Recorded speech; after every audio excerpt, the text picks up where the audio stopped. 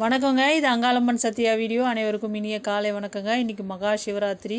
என் அப்பன் சிவனை இன்றைக்கி வணங்குறதே பெரிய பாக்கியம் தான் நம்மளுக்கு. பக்கத்தில் கோயில் இருந்தால், சிவபெருமான் கோயில் இருந்தால் போய் இன்றைக்கி வணங்குங்க அவரை. இன்றைக்கி அவரை போய் பாருங்கள், உங்கள் குறைகள் எல்லாம் தீர்ந்து போகும். நாளைக்கு இங்கே மயான சூரை எல்லாருக்கும் தெரியும்.